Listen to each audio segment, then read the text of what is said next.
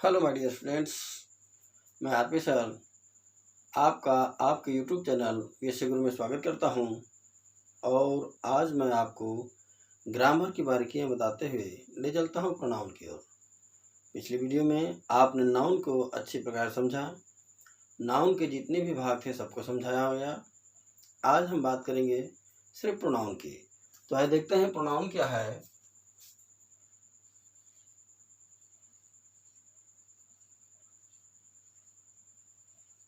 Pronoun, जैसा कि आप शब्द से ही समझ पा रहे हैं कि प्रो और नाउन यदि इसे अलग अलग कर देते हैं तो प्रो का मतलब होता है के स्थान पर, और नाउन तो जानबे करते हैं संज्ञा। तो संज्ञा के स्थान पर अर्थात वह शब्द जो संज्ञा के स्थान पर प्रयोग किया जाए उसे प्रोनाउन कहते हैं। क्लियर है? जैसे यदि हम राम कह दें तो वह नाउन हो गया, और राम के स्थान पर ही कह दें तो प्रोनाउन हो गया।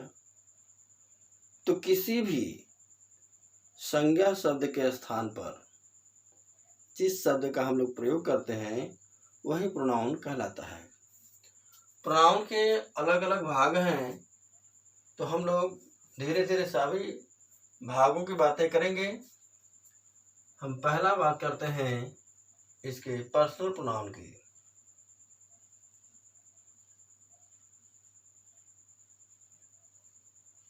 Personal pronoun. अब यह पर्सनल प्रोनाउन क्या है? व्यक्तिवाचक संज्ञा। इसका हिंदी नाम हो जाएगा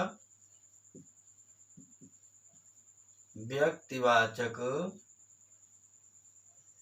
संज्ञा, व्यक्तिवाचक सर्वनाम। अब हमें जानना होगा कि इसकी परिभाषा क्या होती है। तो जहां किसी व्यक्ति, वस्तु या किसी जानवर के बारे में बात कही जाए तो वहां पर पर्सनल प्रोनाउन होता है। पर्सनल प्रोनाउन में हम लोग प्रयोग करते हैं I, we, they, you, he, she and it का। इन शब्दों का प्रयोग इसमें किया जाता है। क्या आप जानते हैं यही बार बार क्यों आते हैं? क्योंकि सब्जेक्ट में अधिक से अधिक इन्हीं का प्रयोग ही होता है, इसलिए हम लोग इन सब्जेक्टों का प्रयोग करते हैं। फिलहाल ये पर्सनल प्रोनाउन के लिए ही माने गए हैं। अब हम एग्जाम्पल की बात कर लेते हैं। तो यदि बातें करेंगे, मैं एक लड़का हूं तो आई एम ए बॉय। तुम एक छात्र हो, यू आर अ स्टूडेंट। मैं एक अध्यापक हूं, आई एम अ टीचर।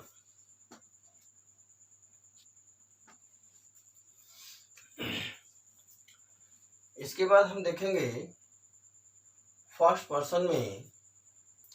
जैसे पर्सनल प्रोनाउन हमने अभी देख लिया, इसकी परिभाषा को देख लिए, एग्जाम्पल को आपने समझा, लेकिन अब इसके जो पर्सन होते हैं उसे समझ लेते हैं। तो पर्सनल प्रोनाउन के 3 पर्सन होते हैं, फर्स्ट पर्सन, सेकेंड पर्सन और थर्ड पर्सन। तो हम पहला देखते हैं फर्स्ट पर्सन।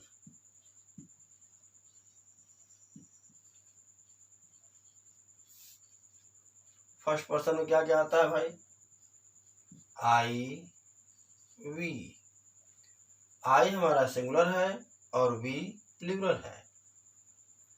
फिर आता है सेकेंड पर्सन,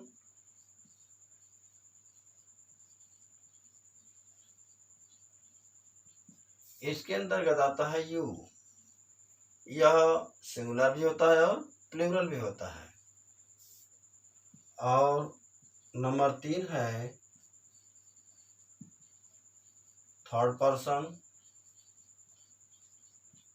इसके अंतर्गत आता है ही, सी, इट,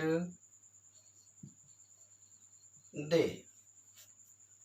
अब हम देखते हैं ही सिंगुलर है, सी सिंगुलर है, इट सिंगुलर है, लेकिन दे हमारा प्लूरल है।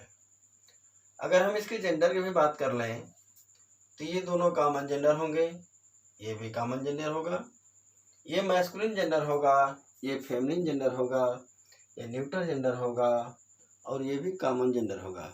जैसा कि जेंडर को आप पढ़ चुके हैं नाउन में, इस प्रकार से इसके जेंडर को भी जान लेते हैं। तो हमारे फर्स्ट पर्सन, सेकंड पर्सन और थर्ड पर्सन ये क्लियर हो जाते हैं। लेकिन सबसे पहले इसमें ये जानने की बात है कि इसका मतलब क्या होता है। जैसे आई है तो आई का मीनिंग बात करते हैं तो मैं। अब मैं से संबंधित जितना शब्द हों वे सभी आई के अंतर्गत आते हैं, क्योंकि ये सब्जेक्ट है। वी है अर्थात हमसे संबंधित है, ये सब्जेक्ट है। तो आप देख रहे हैं कि I, we, you, he, she, it, they ये सब सब्जेक्ट हैं। यही सब्जेक्ट बार बार क्यों आते हैं? क्योंकि आप अपने आप से प्रश्न करिए, मैं जाता हूँ, वह खेलता है, हम पढ़ते हैं, वे जाते हैं, इत्यादि यही सब शब्द बार बार आते हैं, इसलिए हमारे सब्जेक्ट होते हैं। अब इसके बाद हम लोग इसकी केस की चर्चा करेंगे।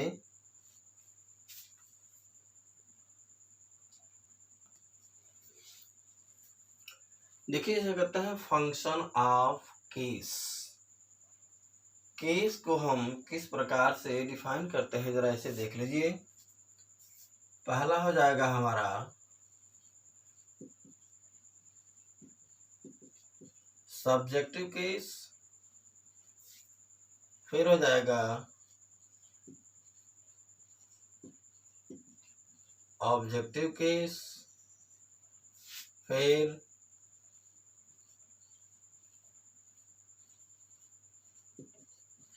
Possessive case. तो आपने देखा केस को हम लोग 3 प्रकार से डिवाइड कर रहे हैं, सब्जेक्टिव, ऑब्जेक्टिव और पॉसेसिव।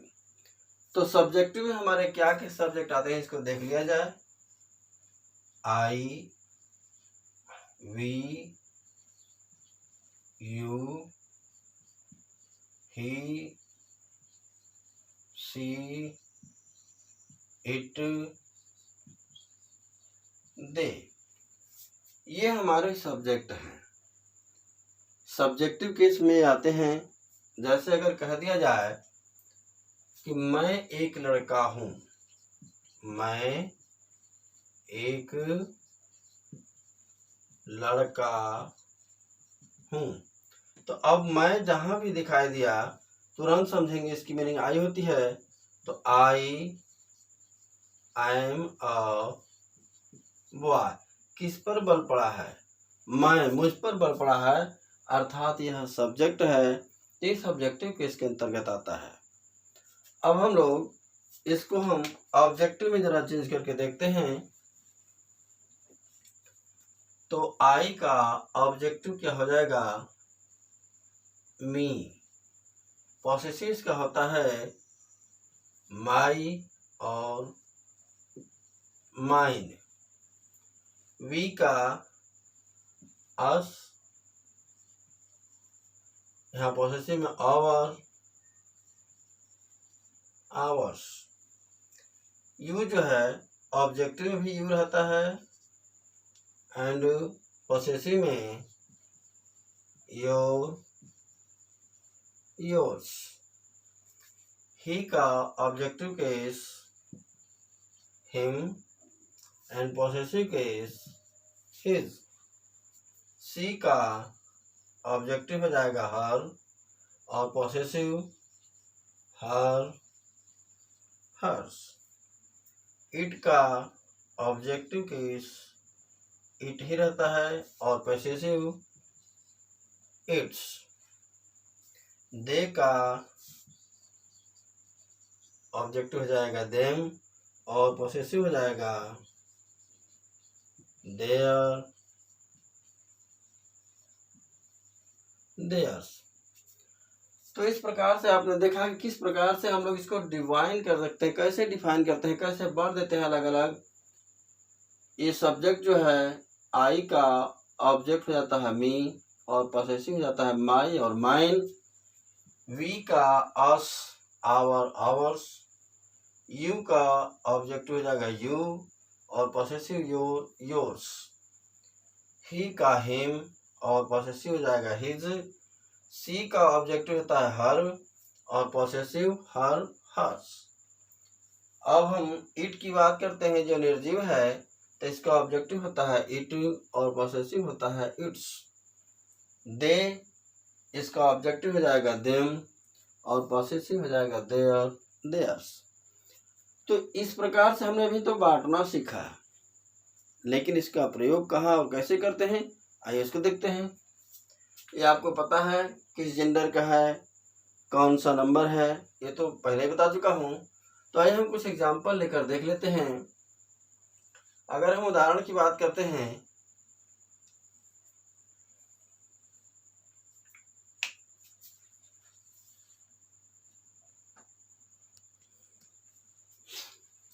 तो आइए देखते हैं इस पे एग्जाम्पल क्या है।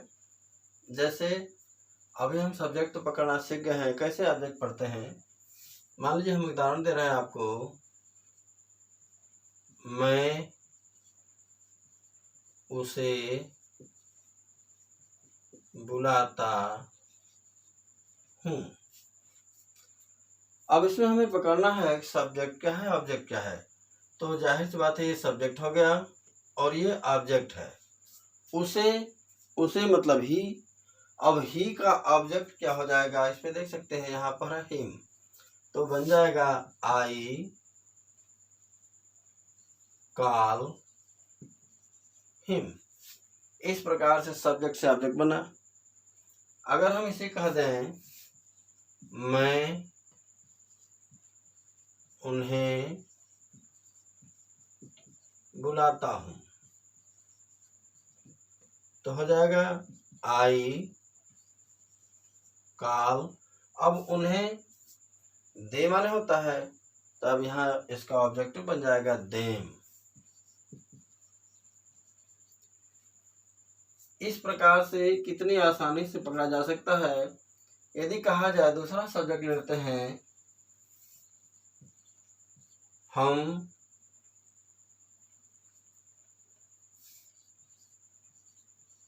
तुम्हें पढ़ाते हैं। हम की मीनिंग क्या हो जाएगी, वी। तुम्हें, अब यू संबंधित है, तो यू सब्जेक्ट भी यू है और ऑब्जेक्ट भी यू है।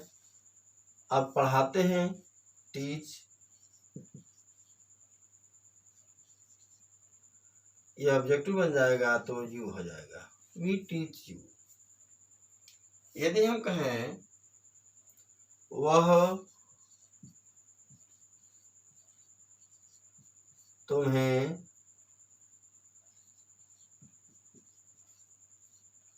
पढ़ाती है, तो यहाँ बन जाएगा सी, उसके बाद टीच, अब तुम्हें यू रहेगा, यू।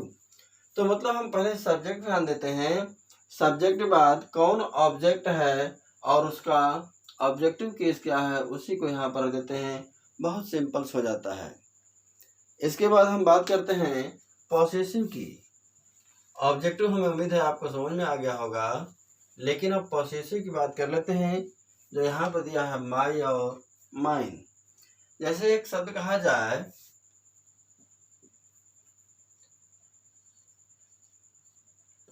यह मेरी किताब है, तो जाहिर से तो मेरी मतलब इससे जुड़ी हुई है। तो पॉसेसिव का मतलब होता है जिस पर मेरा अधिकार हो, जिस पर सब्जेक्ट का अधिकार हो। पॉसेसिव से पकड़ में आता है जिस पर सब्जेक्ट का अधिकार हो। जैसे कह रहे हैं यह मेरी किताब है, तो सीधे कहेंगे दिस इज माई बुक। ठीक इसी का उल्टा, अभी हमने तो माई सीखा, माइन क्या होता है। अगर हम इसे कह दें, सिर्फ शब्दों में थोड़ा सा हेर फेर जाएगा, यह किताब मेरी है, तो कहेंगे दिस बुक इज माइन। थोड़ा सा परिवर्तन करते हैं और पोसेसिव में दोनों मिल जाता है।